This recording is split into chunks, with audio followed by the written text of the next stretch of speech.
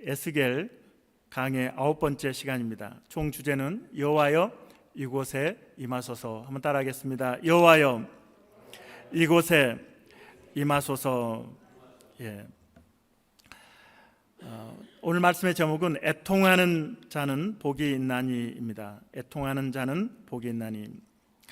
우리가 지금 인생을 살아가면서 참 만만치 않는 상황들을 겪으며 여러분들이 살아가고 계실 것입니다. 어떻게 해야 될까?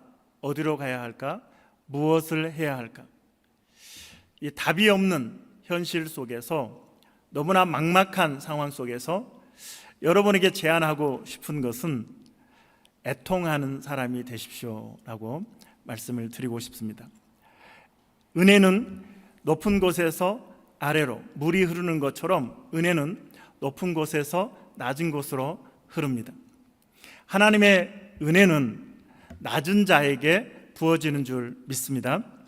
애통하는 사람, 그 사람은 자기를 죽이고 자기를 낮추고 하나님, 높으신 하나님을 인정할 때 애통하게 됩니다. 내 죄를 보게 되고 나의 문제들, 나의 연약함을 깨닫게 되고 하나님, 나를 불쌍히 여겨 주시옵소서. 여러분이 답을 찾지 못하고 있습니까? 어떻게 해야 될지 모르겠다고 지금 답답해하고 계십니까? 그러면 애통하는 성도들이 되시길 바랍니다. 여러분이 하나님 앞에 무릎 꿇고 애통하는 마음을 달라고 애통하기 시작할 때 여러분의 문제들이 풀리기 시작할 것입니다. 할렐루야. 지난 월요일 날 제가 월요일은 목사들이 힘든 날이지 않겠습니까? 그런데 세탁소에 일이 많아가지고 꼬박 8시간을 서서 일을 했습니다. 와, 대단하죠? 8시간을 서서 8시간을 일을 하는데 몸이 너무 힘든 거예요. 월요일이기도 했고 또 날도 덥고 또 8시간을 일하니까 너무 몸이 무겁고 힘들어서 늘 고민하는 것은 집에 가서 쉴까? 집에 가서 쉴까? 늘 마음에 싸움을 하는 거죠. 교회 와서 기도하고 집으로 돌아가야 되는데 교회 오지 않고 오늘 같은 날은 너무 힘드니까 교회 가지 않고 집에 가서 쉬어야 되겠다, 이런 마음도 이제 마음에 들죠. 그러나 그럼에도 불구하고 하나님 앞에 나아가야 된다. 우리 성도들을 또 우리 교회를 하나님 앞에 의탁하며 기도해야 되기 때문에 이제 무거운 몸을 이끌고 교회로 들어왔습니다. 그런데 피곤하면 앉아서 이제 졸게 되는데, 기도하다가 졸게 되는데, 그 너무 몸이 힘들고 무겁고 지친 몸을 가지고 하나님 앞에 예배당에 들어서는데 통곡이 나오더라고요. 너무 서러워서 그랬는지 하나님 앞에 통곡하면서 기도를 하게 되었습니다. 하나님이 애통하는 마음을 주셨고 우리 성도들을 위해서, 우리 교회를 위해서 통곡하며 기도하는 시간을 갖게 되었습니다. 힘들고 어려울 때 하나님 앞에 나오면 하나님이 애통하는 마음을 주시고 은혜를 주시는 줄 믿습니다. 몸도 회복시켜 주시고 영혼도 마음도 치료하시고 회복해 주시는 줄 믿으시길 바랍니다. 답이 없다, 내 인생이 지금 답이 없다, 어떻게 해야 될지 모르겠다, 어떻게 해야 된다고요? 애통하는 성도가 되기를 바랍니다. 할렐루야. 자, 지난주 8장, 에스겔 8장을 우리가 묵상하면서 예루살렘 성전 안에서 펼쳐지는 엄청난, 그래서 그것을 가증한 일이라고 이야기할 수 있는 질투의 우상이라고 하는, 우상이 하나님을 예배하는, 하나님께 제사하는 그곳에 질투의 신이라고 하는 우상이 세워져 있고, 은밀한 방 안에서 70명의 장로들이 곤충과 각종 이 우상들을 그려놓고 우상을 숭배하는 충격적인 모습과, 그리고 성소 바로 앞에서, 제단과 성소 사이에서 25명, 그곳은 제사장만 들어갈 수 있기에 그 사람들은 제사장이죠. 제사장들이 태양신을 향하여 예배하는 충격적인 모습을 우리는 목격하면서 하나님이 오래 참으셨다라고 하는 사실을 고백하게 되었습니다. 교회 아니라고 해서 안전한 곳은 아닙니다. 교회 아니라고 해서 죄가 없는 것이 아니라 교회 안에도 추악한 죄악들이 펼쳐지고 있음을 우리는 기억해야 합니다. 오늘날 수많은 교회들이 동성애를 인정하고 하나님이 가장 가증스럽게 여기는 그 죄악들을 행하고 있는, 인정하고 있는, 합법적으로 그것을 인정해 주는 동성애 결혼을 인정하는 것이 어디에서 일어나고 있다고요? 교회에서 일어나고 있다는 것이죠. 이러한 교회의 현실, 이렇게 우상 숭배하는 예루살렘 성전의 모습을 보면서 하나님께서는 이제는 리모델링 수준에서 해결될 문제가 아니다, 다 밀어버리고 재건축을 해야 되겠다라고 말씀하고 있는 것입니다. 지난주 금요일 큐티 본문에 아나니아와 삽비라라고 하는 부부의 죽음, 충격적인 죽음이 기록되어 있습니다. 저희 큰아들이 너무 충격적이었던 것 같아요. 이 본문을 큐티하고 저에게 질문합니다. 아빠, 아나니아와 삽비라가 죄를 지은 건 알겠어요. 그런데 하나님께서는 회개할 기회도 주지 아니하시고 그렇게 즉시 죽이시는 것이 너무 하시는 것 아닙니까? 할 만한 생각이죠. 그렇죠? 우리 성도들도 그 본문을 묵상하시면서 하나님이 좀 너무 하신다라는 생각을 하기도 했을 것입니다. 그런데 우리가 하나님을 띄엄띄엄 생각하면 하나님에 대해서 오해하게 됩니다. 그 본문을 깊이 묵상하고 하나님은 어떤 분이신지를 우리가 깊이 묵상한다면 하나님은 오래 참으셨다라고 하는 것을 우리는 인정하게 되는 것이죠.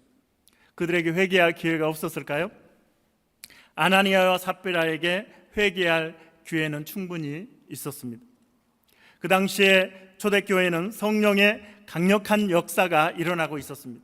성령의 강력한 역사의 첫 번째로 나타나는 현상은 회개인 것이죠. 성령님께서는 그들의 심령에, 그들의 양심에 그것이 잘못되었다고 지적을 했을 것입니다. 마음이 상처가 되고 마음에 고민이 되고 또한 마음에 여러 가지 고민이 있었을 것입니다. 부부는 서로 이야기했습니다. 서로 입을 맞추는 과정도 있었습니다. 그런데 성령의 감동을 억누르고 인간적인 욕심과 욕망을 따라서 그들은 사도들 앞에 나아가 거짓말을 했던 것입니다. 성도들은 이렇게 생각할 수 있습니다. 아니, 이런 일 정도로 하나님이 죽이신단 말인가? 우리 그리스도인들이 신앙생활하면서 하나님이 이런 하찮은 일로, 작은 일로 나를 죽이실까라고 하는 아니란 생각을 할 수 있습니다.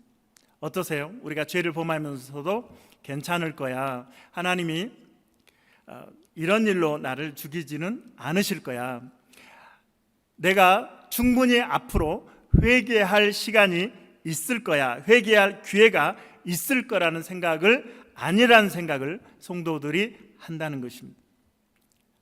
어쩌면 아나니아와 삽비라도 나중에 잘하지, 나중에 회개하지, 아마 이런 생각을 했던 것 같습니다.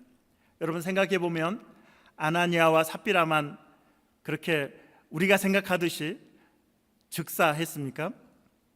아니요. 이 세상에 수많은 사람들은 그렇게 순간 하나님이 부르셔서 생을 마감한 사람들은 우리 주변에 많이 있습니다.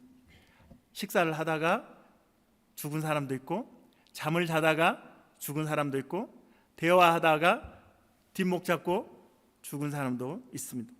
차를 몰고 가다가 사고를 당해서 죽은 사람도 있습니다.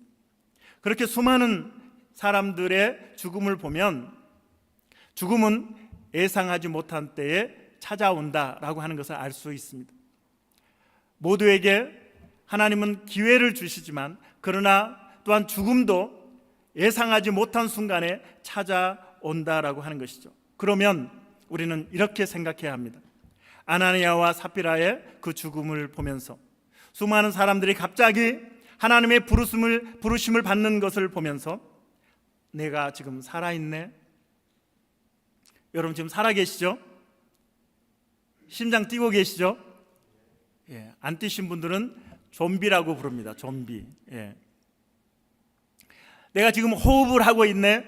그러면 지금 나에게는 회개할 기회를 주고 계시는구나. 이것을 우리는 생각해야 합니다. 하나님은 우리가 지금 살아있다면, 그리고 갑자기 세상을 떠난 사람들의 모습을 보면서 내가 지금 호흡하고 있다면 지금이 회개할 기회이구나. 나도 어느 날 순간 잠을 자다가 길을 가다가 식사하다가 차를 몰고 가다가 죽을 수도 있다. 그렇다면 지금이 회개할 기회의 시간이구나. 한번 따라하겠습니다. 지금이 회개할 시간이다. 지금 내가 회개하고 애통할 그러한 시간임을 우리는 기억을 해야 합니다. 늦추면 안 됩니다. 나중에 언젠가 기회가 되면 그때 해야지. 아니요, 우리의 인생은 아쉽게도 미래를 예측할 수 없는 것이죠. 살아있다면 회개할 기회가 주어지고 있는 것입니다. 그런데 우리 교회 안에는 성도들이 회는 하는데 개를 하지 않는 경우들이 있습니다. 한자로 보면 회는 뉘우칠 회, 개는 고칠 개입니다. 마음으로 후회하는 것은 회에 해당하는 것이고, 삶을 바꾸는 것, 죄를 끊고 떠나는 것, 이것이 개에 해당합니다. 많은 사람들 마음에 후회합니다. 그런데 개까지 가지 않는 것이 문제인 것이죠. 사랑하는 우리 성도들은 회도 하고 개도 하는 우리 성도들이 되어지기를 주님의 이름으로 축원합니다. 하나님은 참으시고 또 참으시는, 오래 참으시는 하나님이십니다. 출애굽기 34장 6절에 보면 모세는 하나님에 대해서 이렇게 기록을 합니다. 같이 읽겠습니다.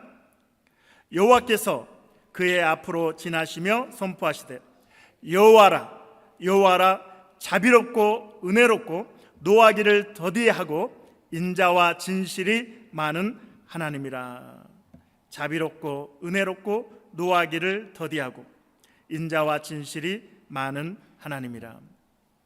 제 자신을 봐도 하나님은 정말 오래 참아 주셨다, 오래 기다려 주신다라는 생각을 할 수밖에 없습니다. 하나님은 오래 참으시는 분이십니다. 여러분을 향하여 지금도 참고 계십니다. 그러나 그 하나님의 기다리심은 영원하지 않다는 것 우리는 기억해야 합니다. 경계가 있습니다. 끝이 있습니다.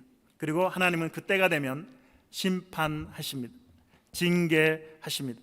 그러므로 우리는 그 때를 예측할 수 없기에 지금 기회가 주어지고 지금 이 말씀이 들려지게 된다면 지금 회개하는 성도에게 소망이 있는 것입니다. 할렐루야. 오늘 말씀이 깨달아지는 은혜가 저와 여러분에게 있어지기를 주님의 이름으로 축원합니다.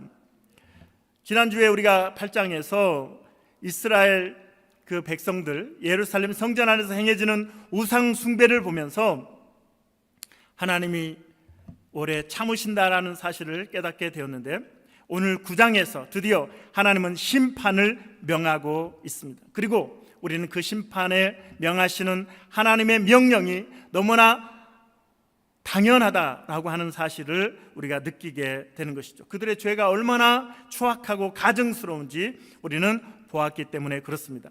하나님께서는 큰 소리로 그 성읍을 관할하는 자들을 부르고 계시죠. 1절 2절, 오늘 본문 1절 2절 우리 같이 읽겠습니다. 또 그가 큰 소리로 내 귀에 외쳐 이르시되 이 성읍을 관할하는 자들이 각기 죽이는 무기를 손에 들고 나아오게 하라 하시더라. 내가 보니 6사람이 북향한 윗문 길로부터 오는데 각 사람의 손에 죽이는 무기를 잡았고 그 중에 한 사람은 가는 베옷을 입고 허리에 서기관의 먹그릇을 찼더라. 그들이 들어와서 놋제단 곁에 서더라. 6사람이, 하나님이 이제 큰 소리로 부르니까 6사람이 나오는데 그들의 존재는 사람이 아니죠. 천사들입니다. 그 성읍을 관할하는 천사들이었습니다. 그런데 그들의 손에 죽이는 무기, 사람을 죽이는 무기를 들고 나왔다라고 하는 것이죠. 그들이 지금 심판하기 위해서 나오고 있는 것입니다. 여러분, 천사들은 다 좋은 일만 한다고 우리가 생각할 수 있는데, 성경에서 천사들은 좋은 일도 하고 하나님의 명령을 받아서 성도들을 돕는 일도 하지만 심판하는 존재들임을 여러분 기억하시길 바랍니다. 그래서 하나님이 여러분들의 가정에 천사를 보내시죠. 여러분의 가정에 천사가 있는 걸 아세요? 여러분의 직장에, 우리 교회에, 여러분 개인에게 하나님은 천사를 보내십니다. 한 두 분만 믿는 것 같은데 마태복음 18장 10절 우리 같이 읽겠습니다. 마태복음 18장 10절, 예수님이 직접 하신 말씀이에요. 시작. 삼가 이 작은 자 중에 하나도 없인 여기지 말라. 너에게 말하노니 그들의 천사들이 하늘에 계신 내 아버지의 얼굴을 항상 배웁느니라. 작은 자에게도 하나님이 천사를 보내서 그를 돕도록 하신다라고 하는 거예요. 여러분도 마찬가지죠. 여러분에게 하나님이 천사를 보내십니다. 여러분의 가정에도 천사를 보내십니다. 우리 교회에도 천사를 보내십니다. 이곳에 지금 함께 하고 있는 것이죠. 그런데 그 천사들은 처음 목적은 우리를 도우라고, 하나님의 백성들, 하나님의 자녀들을 도우라고 천사를 보내지만, 그러나 때가 되면 심판하는 일을 행하기 위해서 하나님의 명령을 수행한다라고 하는 것입니다. 여러분, 천사가 여러분을 돕고 있습니까? 아니면 여러분을 심판하고 있습니까? 사랑하는 우리 성도들에게 하나님이 보내주신 천사들이 심판하는 일을 수행하는 것이 아니라 여러분을 돕는 일을 수행할 수 있기를 주님의 이름으로 축복합니다. 그러면 어떻게 이 천사들이 여러분을, 나를, 우리를 돕는 일을 하도록 하게 할까요? 오늘 본문의 그 비결이 기록이 되어 있습니다. 우리 3절 4절 같이 읽겠습니다. 3절 시작. 그룹에 머물러 있던 이스라엘 하나님의 영광이 성전 문지방에 이르더니 여호와께서 그 가는 베옷을 입고 서기관의 먹 그릇을 찬 사람을 불러 여호와께서 이르시되 너는 예루살렘 성읍 중에 순행하여 그 가운데에서 행하는 모든 가증한 일로 말미암아 탄식하며 우는 자의 이마에 표를 그리라 하시고, 하나님께서 이 6명의 그 성읍을 관할하는 천사들에게 명령을 내리시는데, 엄중한 심판을 명하시는데, 그런데 그 중에 한 천사에게 가는 베옷을 입고 서기관의 먹 그릇을 찬 필규도구를 가진 이 천사에게 뭐라고 말합니까? 예루살렘 성읍을 다니면서 이마에 표시를 해라. 이마에 표시를 해라. 누구에게 표시를 하느냐? 이 예루살렘 성읍에서 행해지는 이 가증한 일들, 이 우상 숭배를 바라보면서 탄식하면서 우는 자의 이마에, 애통하는 자의 이마에 표를 하라고 말씀하고 있습니다. 사랑하는 성도 여러분, 하나님은 심판 중에도 애통하는 자를 살려주십니다. 할렐루야.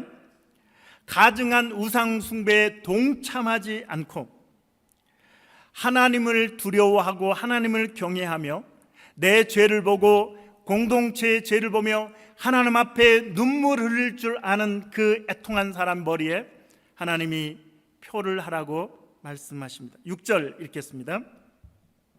6절 늙은 자와 젊은 자와 처녀와 어린이와 여자를 다 죽이되 이마에 표 있는 자에게는 가까이 하지 말라.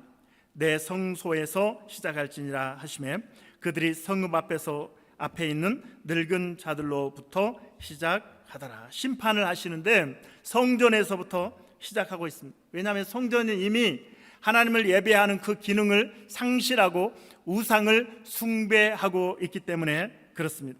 그리고 그 안에 70명의 장로들, 제사장들, 늙은 자로부터 시작하더라. 심판이 성소에서 시작하고 있음을 우리는 두려움으로 바라보아야 하는 것이죠. 그런데 그 엄중한 심판 중에 하나님이 뭐라고 말씀하십니까?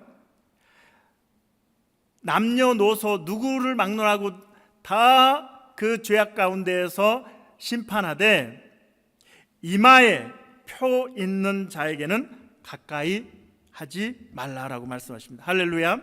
이마에 표가 있는 사람, 이 표에 해당하는 히브리어가 타우입니다. 타우. 한번 그림을 한번 보여주세요. 저게 히브리어 자음 22개인데, 자, 알렙부터, 오른쪽부터 히브리어는 우리가 보통 글을 읽을 때에는 왼쪽에서 이렇게 가잖아요. 히브리어는 오른쪽에서 갑니다. 그래서 알파벳이 알렙부터 시작하는데 제일 끝에 뭐가 있어요? 타우가 있죠. 타우. 22번째 자음이 타우입니다. 표시를 하는데 타우라고 이렇게 표시를 하라고 말씀하고 있는 것이죠. 자, 여기에 대해서는 여러 가지 설이 있는데 다음 그림을 보여주시면, 자, 고대부터 이 표시에 대한 유래가 이렇게 쭉 있습니다.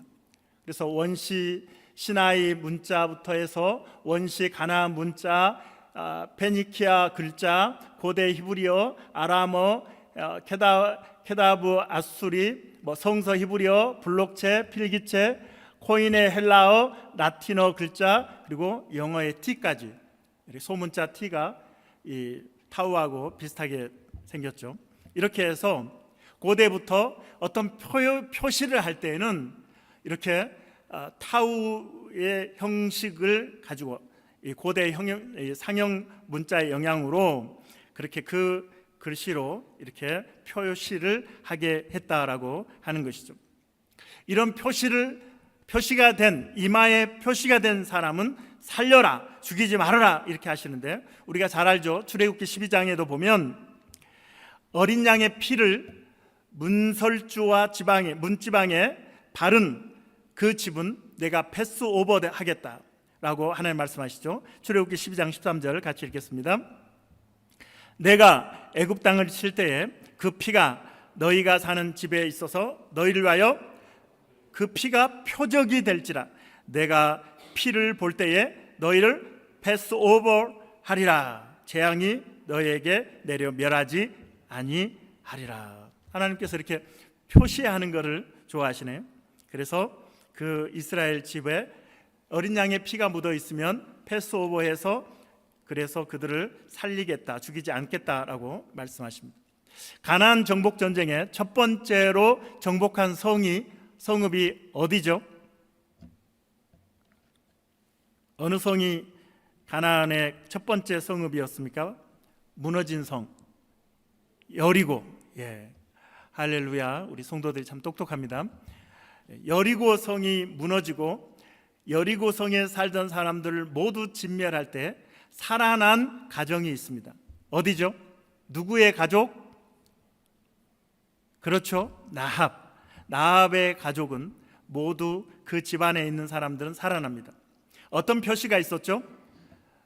이 정탐꾼들을 숨겨준 그 일로 인해서 너희 창문에 붉은 줄을 달아놓으면 그것이 표시가 되어서 다른 여리고성의 모든 사람들은 다 죽이겠지만 그 붉은 줄이 매달려 있는 너의 집, 라합의 집에 그 안에 있는 사람들은 다 살려주겠다, 이렇게 말씀을 하고 있죠. 그래서 라합의 집에 머물러 있던 가족들은 모두 살아나게 되었던 것이죠. 우리가 가장 관심을 갖고 있는 것은 요한계시록 14장 1절에 14만 4천 명의 이마에 인친 사람들, 그리고 그 앞에 요한계시록 13장에 있는 666 이 표시가 이마에나 손에 표시된 사단에게 속한 사람들, 13장에 666이 표시된 사람은 사탄에게 속한 사람들, 그리고 14장에서 이마에 예수 그리스도의 이름과 하나님의 이름으로 인쳐진 사람들 14만 4천 명은 구원받은 하나님의 성도들을 의미하는 것입니다. 그래서 우리가 14만 4천 명 신천지나 이런 이단들은 14만 4천 명이 들어야 된다고 서로 성도라고 해야 되나요? 그 사람들을 경쟁을 시키잖아요. 그런데 여러분, 숫자가 14만 4천 명이라고 하는 것은 정확하게 14만 4천 명을 말하는 것이 아니라 구약의 12지파와 신약의 12사도를 통해서 나온 숫자죠. 그래서 14만 4천은 모든 구원받은 성도들을 상징하는 숫자인 것입니다.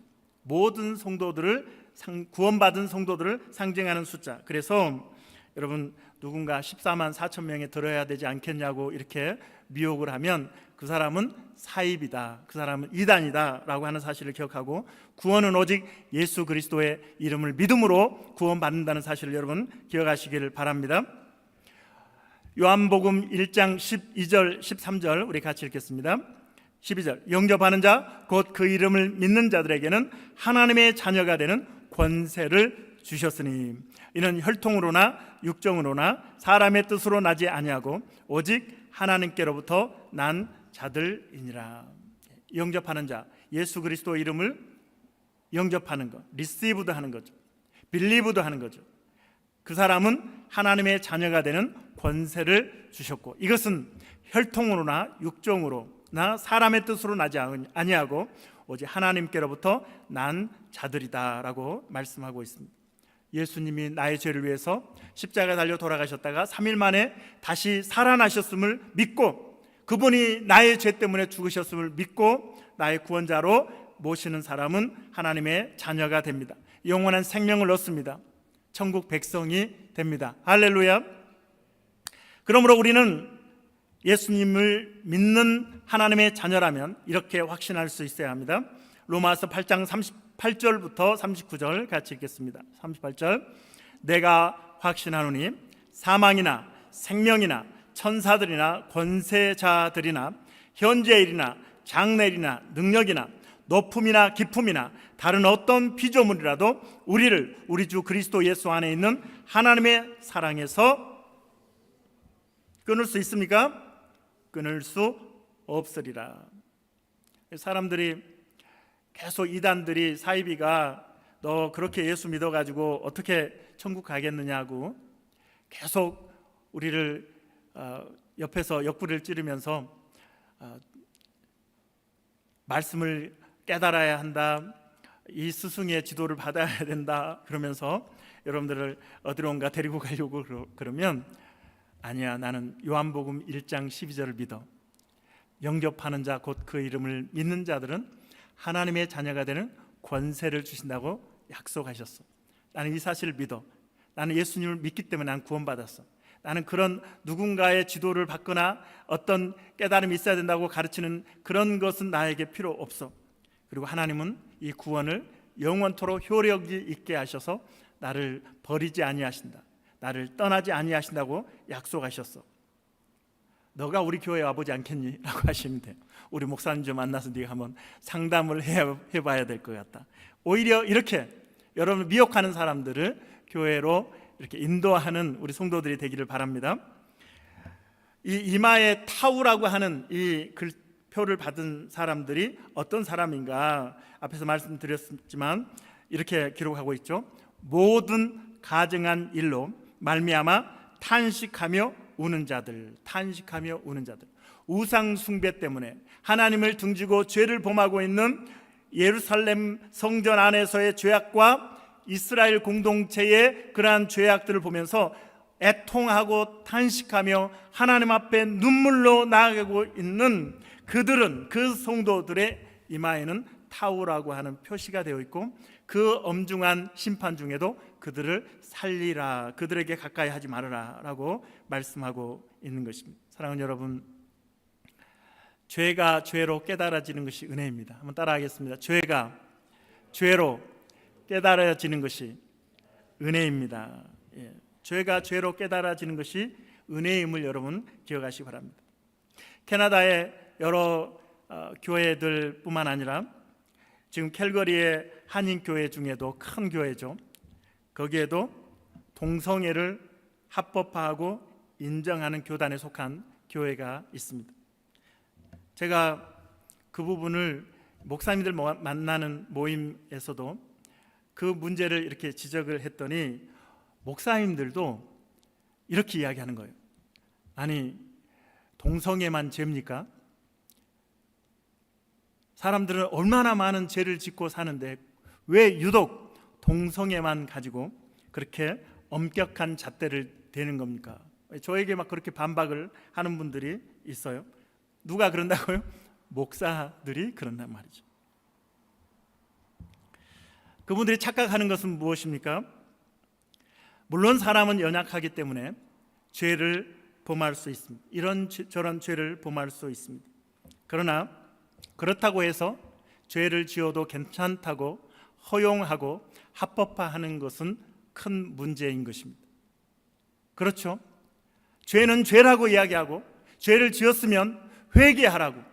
요한 1서 1장 9절, 만일 우리가 우리 죄를 자백하면 저는 미쁘시고 의로우사 우리 죄를 사하시며 모든 불의에서 우리를 깨끗게 하신다고 하는 하나님의 약속을 붙잡고 죄를 회개해야 된다고, 애통해야 한다고, 통곡해야 된다고, 하나님의 앞에 십자가 앞에서 씨름해야 된다고, 죄와 씨름해야 된다고, 죄를 끊어내기 위해서 몸부림쳐야 된다고 가르쳐야지.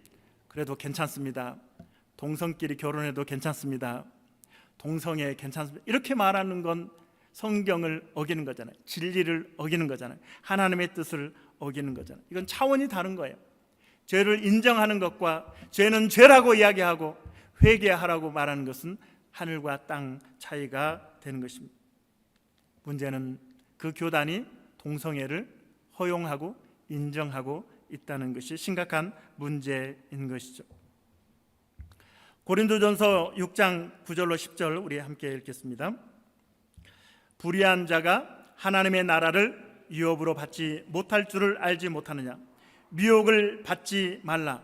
음행하는 자나 우상 숭배하는 자나 간음하는 자나 탐색하는 자나 남색하는 자나 도적질이나 탐욕을 부리는 자나 술 취하는 자나 모욕하는 자나 속여 빼앗는 자들은 하나님의 나라를 유업으로 받지 못하리라.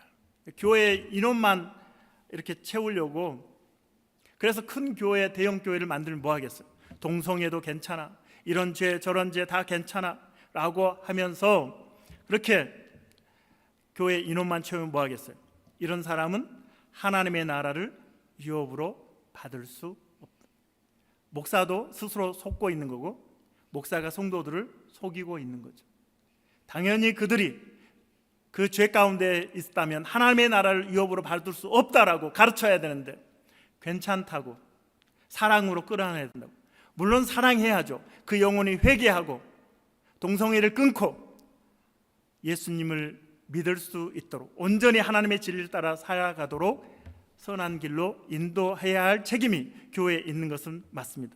그러나 그 죄를 합법화시켜주는 것은 잘못된 것이고 스스로를 속이는 것이고 성도를 속이는 것이죠. 교회 안에 있으면 뭐합니까? 지옥 가는데. 그렇죠. 오늘 성경은 그것을 이야기하잖아요. 하나님의 나라를 유업으로 받지 못한다. 하나님께서는 오늘 이 이스라엘의 그 심판이 행해지는 상황 속에서도 가증스러운 죄를 알고 애통해하는 자들, 이마에 표시된 자들은 살려라, 이렇게 말씀하고 있습니다. 시편 1편 1절에 보면 복 있는 사람이 어떤 사람인지 말하고 있습니다. 같이 읽겠습니다. 복 있는 사람은 악인들의 꾀를 따르지 아니하며 죄인들의 길에 서지 아니하며 오만한 자들의 자리에 앉지 아니하고. 여러분, 제가 그래서 작년에 코스타 제가 디렉터를 했잖아요. 캘거리에서 코스타를 할 만한 약 300명의 청년들이 모여서 집회를 할 만한 교회가 몇 개 안 돼요. 그런데 그 중에 그리고 순서적으로도 동성애를 하는 그 합법한 교단의 교회가 1순위인 거예요. 제가 디렉터인데, 그래서 장소에 대해서 하나님께 기도하면서 하나님, 절대 그 교회에서 우리 젊은이들을 그곳에서 코스타를 진행하도록 할 수는 없습니다. 암묵적으로 동성애를 인정할 수 있는 그런 분위기를 청년들에게 만들어주면 안 되겠습니다. 그래서 장소를 여기저기 찾으면서 제가 작년에 제일장로교회 목사님에게 몇 번 전화를 해서 동성애를 합법한 교단 교회에서 코스타를 하게 하시겠느냐, 그럴 수 없다. 목사님 교회가 할 수 있으니 그 교회에서 코스타를 하자고 몇 번 부탁을 해서 그 교회에서 코스타를 진행하게 되었습니다. 복 있는 사람은 악인들의 꾀를 따르지 아니하며 죄인들의 길에 서지 아니하며 오만한 자들의 자리에 앉지 아니하고, 세상 사람들이 적당히 예스 할 때 그것이 죄라고 노 할 수 있는 그 사람이 진정한 복 있는 사람임을 기억하셔서 우리 사랑의 교회 성도들은 죄에 대해서는 죄라고 노라고 이야기할 수 있는 우리 성도들이 되시기를 주님의 이름으로 축원합니다. 그래서 진정으로 하나님이 복을 주시는, 하나님이 살려주시는 여러분들의 이마에 예수 그리스도의 이름으로 표시가 되고 어떠한 심판 중에도 구원받는 모든 성도들이 되어지기를 주님의 이름으로 축원합니다. 신앙은 자신이 죄인임을 인정하면서 시작합니다. 그리고 자신의 죄를 보고 십자가에 나아가 날마다 죄를 애통해하며 용서해 주시기를 매달리는 것이 신앙 생활입니다. 한번 따라하겠습니다. 신앙은 자신이 죄인임을 깨달음으로 시작되고 자신의 죄를 보고 십자가에 날마다 매달리는 것이 신앙생활입니다. 신앙생활은 다른 게 아니에요. 죄에 대해서 얼마나 세상에 지금 어둡고 흑암의 권세가 가득 차 있습니까? 이 세상을 보면서 또 우리가 그 죄에 동조하면서 따라가는 내 모습을 보면서 철저하게 회개하며 애통하며 하나님, 나를 불쌍히 여겨 주시옵소서, 살려 주시옵소서. 내 지식으로 안 됩니다. 내 경험으로 안 됩니다. 내 능력으로 안 됩니다. 하나님의 은혜로 됩니다. 주여 불쌍히 여겨달라고 애통하는 것이 신앙생활입니다. 서론에서 말씀을 드렸듯이 지금 내 삶이 고난의 연속이고 내가 답을 찾지 못하고 어디로 가야 할지, 무엇을 해야 할지 알 수 없을 때 어떻게 하면 될까? 막막할 때 뭘 하라고요? 애통하기를 시작하십시오. 하나님 앞에 무릎을 꿇고 목요 기도에 나오셔서 기도하시고, 제가 매일 새벽마다 말씀을 전하고 첫 번째 기도 제목이 그거잖아요. 오늘 말씀을 통해서 깨닫게 된 우리의 죄를 회개하고 하나님이 깨닫게 하신 말씀을 붙잡고 살아가기를 결단하며 기도합시다. 이것이 매일 새벽 기도마다 첫 번째로 주어지는 기도 제목입니다. 애통하는 자에게 소망이 있음을 믿으시길 바랍니다. 애통할 때 흐름이 바뀝니다. 할렐루야. 여러분의 인생의 흐름이 바뀌게 될 것입니다. 하나님 앞에서 애통할 때 여러분의 문제들의 흐름이 바뀌게 될 것입니다. 어둠에서 빛으로 나오게 될 것입니다. 사도 바울은 그렇게 열심히 사역을 하면서도 자신이 버림을 받을까 봐 두려워한다고 말씀하고 있습니다. 고린도전서 9장 27절 같이 읽겠습니다. 내가 내 몸을 쳐 복종하게 함은 내가 남에게 전파한 후에 자신이 도리어 버림을 당할까 두려워함이로다. 수많은 성도들에게 복음을 전하다가도 오히려 내가 버림받으면 안 된다. 여러분 천국 가서 우리 손승희 목사님은 어디 계시나 찾아도 천국에 안 왔으면 어떡할 거예요? 이건 저에게 너무나 큰 문제잖아요. 매주 설교를 그렇게 그럴듯하게 말끔하게 양복을 입고 앞에서 설교를 했는데 알고 보니 천국에 들어오지 못했다. 이건 두려운 일이죠. 이거는 목사에게 치명적인 두려움입니다. 사도 바울도 그런 두려움을 갖고 있었습니다. 하나님, 나를 불쌍히 여겨 주시옵소서. 그래서 애통하지 않을 수 없는 것이죠. 이 자리가 애통하지 않으면 서 있을 수 없는 자리기에 시간만 되면 이곳에서 하나님 앞에 애통할 수밖에 없는 것입니다. 에스겔 오늘 본문 9장 9절로 10절 우리 같이 읽겠습니다. 9절.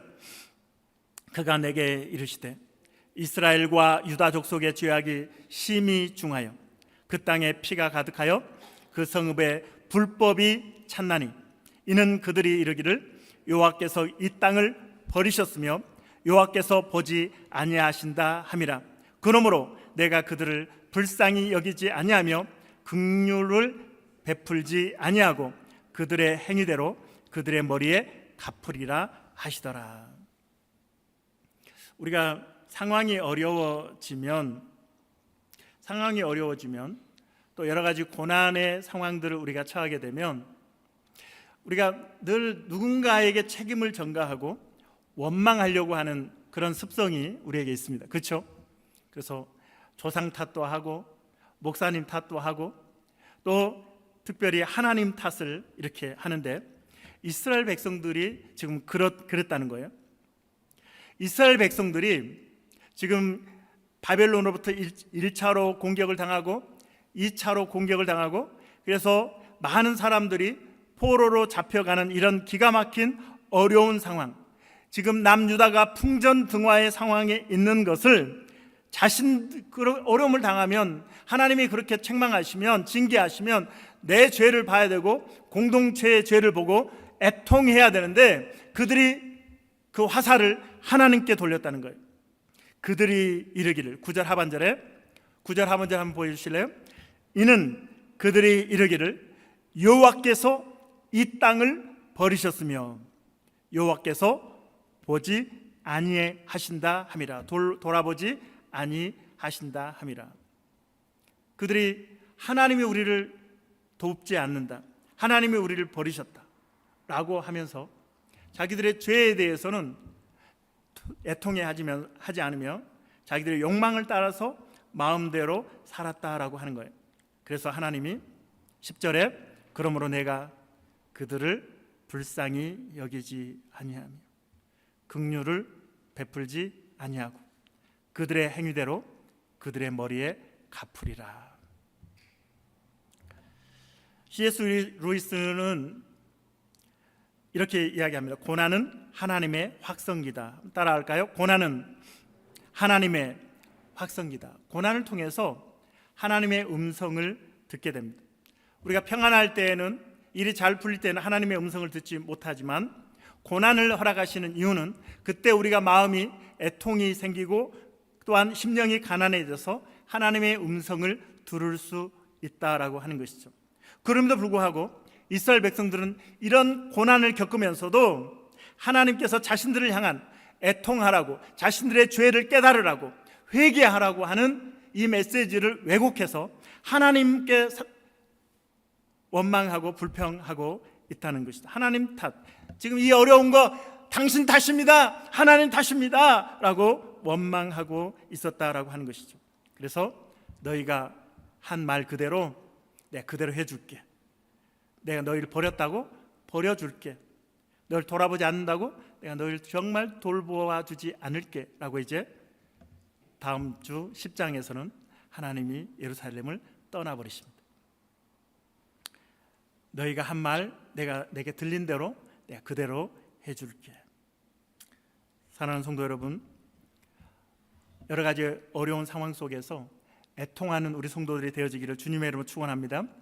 하나님의 음성이 들리고, 그러면 내 이 어려움 속에서 누군가를 원망하고 있다면 내가 지금 마음이 교만해져 있구나, 내 입에서 자꾸 불평이 생기고 누군가에게 책임을 전가하고 누군가의 문제라고 다른 사람에게 그 책임을 전가하고 있다면 내가 애통함을 잃어버리고 내가 오히려 하나님 앞에 진노를 쌓고 있다라고 하는 사실. 하나님은 나에게 애통하라고, 나의 죄를 보라고, 공동체에 대한 문제를 가지고 하나님 앞에 눈물로 기도하라고 하시는데 내가 다른 사람 탓만 하고 있구나.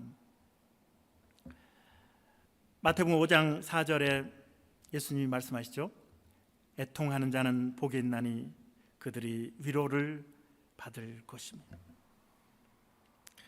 여러분 중에 지금 애통하고 계시는 분들이 있으시죠? 육신의 질병으로, 경제적인 어려움으로 애통하시는 분들이 있습니다.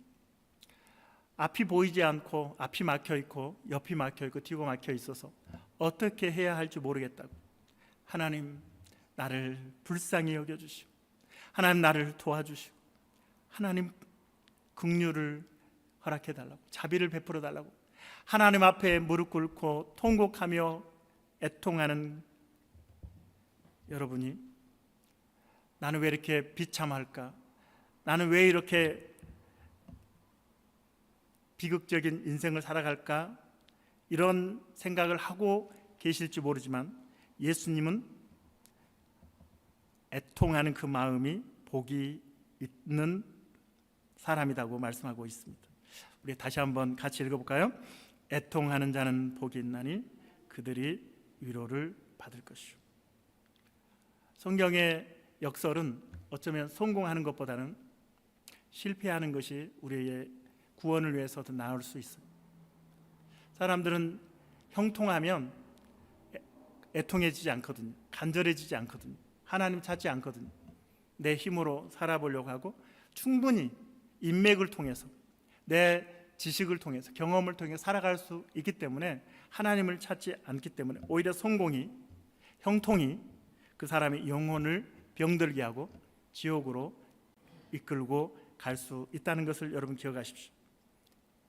그래서 내가 애통함이 없을 때 하나님 앞에 애통할 수 있는 마음을 달라고 기도해야 합니다. 기도의 자리로 나오셔야 합니다. 그리고 하나님 앞에 무릎 꿇고 눈물로 기도해야 합니다. 제가 월요일 날 너무 힘들어서 집으로 갔으면 편하기는 했겠죠. 아내가 차려준 맛있는 밥을 먹으며 편안하게 샤워하고 쉬었을 수 있겠습니다. 그러나 제가 그 무거운 몸을 이끌고 8시간 서 있었으니 피가 막 다리로 이렇게 쏠리잖아요. 퉁퉁 부은 발을 가지고 예배당에 와서 하나님 하고 하는데 막 이렇게 복받쳐 오르는 거예요. 애통하면서 하나님께 기도하며 하나님과의 그 진한 사랑을 나누었던 그 월요일은 없는 거죠. 제가 집으로 바로 갔으면 그 진한 시간은 없는 거죠. 그 시간, 저는 이번 주간에 제가 누렸던 너무나 행복한 시간이었습니다. 나중에 시간 되면 하겠다, 나중에 형편이 되면 하겠다. 아니요, 지금 어려울 때 하세요. 힘들 때 하나님 앞에 무릎 꿇고 하나님 나를 불쌍히 여겨 주시옵소서. 하나님 나를 긍휼히 여겨 주시옵소서. 하나님 우리 교회를 보세요. 하나님 우리 교회를 축복해 주세요. 도와주세요. 우리 성도들을 보세요. 하나님 이 기가 막힌 어려움 가운데 힘들어하는 성도들을 보세요. 하나님이 도와주셔야 합니다. 하나님이 불쌍히 여겨주셔야 합니다. 살려주셔야 합니다. 애통하는 우리 성도들이 되어서 하나님이 여러분 이마에 표시하고 내가 너를 사랑하노라, 내가 너를 축복하노라, 하나님의 인정을 받는 우리 모든 성도들이 되어지기를 주님의 이름으로 축원합니다. 이 시간에 오늘 말씀을 생각하면서 나의 백성이 이 제목으로 찬양을 드리는데 원제가 이 땅 고치소서입니다. 오늘 말씀과 잘 맞는 말씀인데, 하나님 회개하며 애통하오니 이 땅을, 우리 가정을, 우리 교회를 고쳐 주시옵소서. 우리 함께 찬양하겠습니다.